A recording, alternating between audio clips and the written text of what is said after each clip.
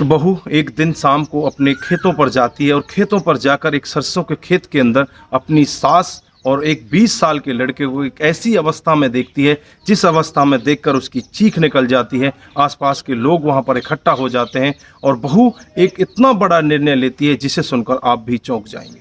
आइए दोस्तों जानते हैं पूरा मामला क्या था।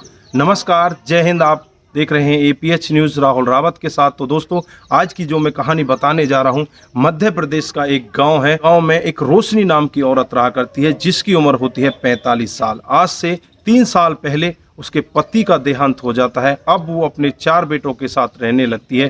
जो सबसे बड़े वाला बेटा होता है वो 22 साल का होता है, उससे छोटे वाला 20 साल का, ऐसे ही करके उसके छोटे छोटे 4 बेटे होते हैं।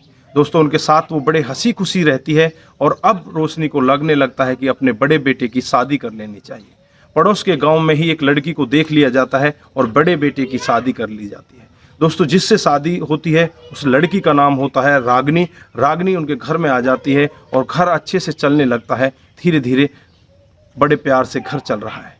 लेकिन जो रागनी होती है वो अड़ोसी पड़ोसी उसके पास आ जाया करते हैं और उसको उसकी सास के बारे में बताते हैं और कहते हैं कि तुम्हारी सास का चक्कर किसी लड़के के साथ चल रहा है। वो किसी लड़के के साथ गलत संबंधों में है जिसकी उम्र 20 साल है, जिसका नाम प्रकाश है। ये सब सुनने के बाद रागनी पहले तो विश्वास नहीं करती, फिर धीरे धीरे उसकी जांच पड़ताल में लग जाती है। ऐसी बातें रागनी को पता चल जाती हैं जिन्हें देखकर रागनी को लगने लगता है कि अब मेरी सास हकीकत में ही उस 20 साल के लड़के के साथ में संबंध बनाती है।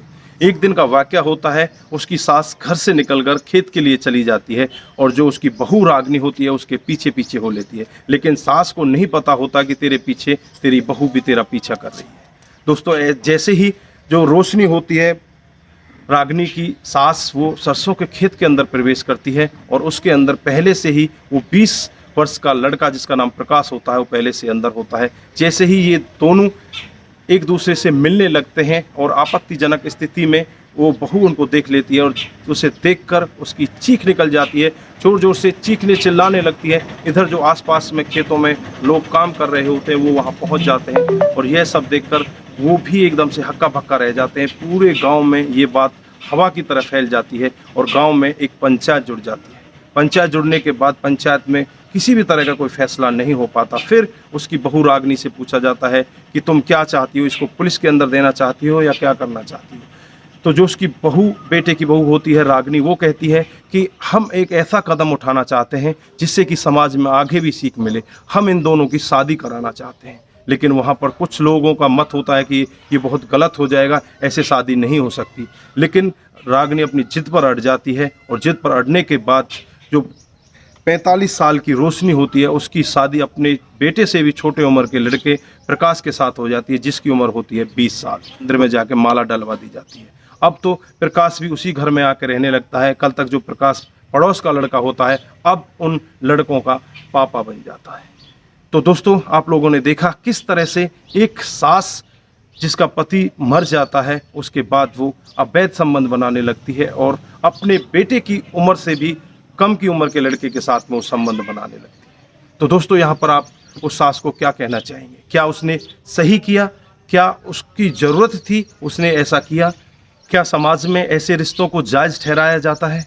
और क्या जो उसकी बहू ने उसकी शादी कराकर जो काम किया वो जायज़ था या नाजायज़ था?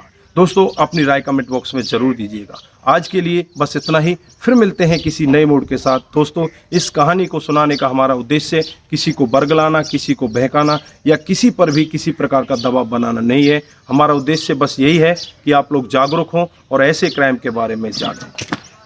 नमस्कार, जय हिंद, जय भारत।